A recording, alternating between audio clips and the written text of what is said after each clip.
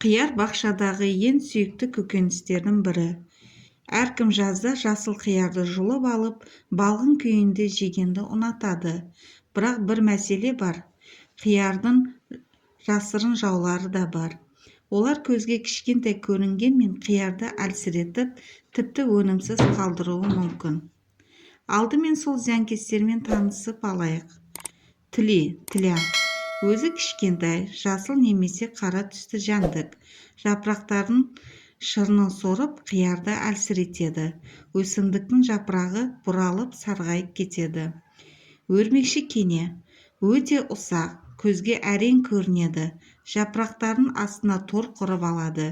Бір күні қарасаңыз, жапырағыңыз сарғайып, әлсіреп тұрғанын байқайсыз. Аққанат, белокрылы, кішкентай ақ түсті шыбын. Жапыраққа қонып жұмыртқаларын салады. Уақытылы шара қолданбасаңыз, тез көбейіп кетеді. Қияр шыбыны нағыз қауіпті жау. Өйткені ол қиярдың ішіне дернәсілін салады. Жемістің іші бөлініп, жеуге жарамай қалады. Слизень, ұлу.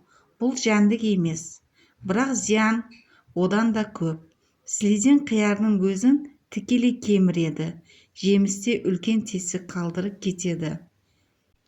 Бағбандар, енді мен сіздерге таблица қалдырып кетемін. Сол жерде табиғи қорғау әдістерімен және химиялық қорғау әдістерімен танысып шығасыздар.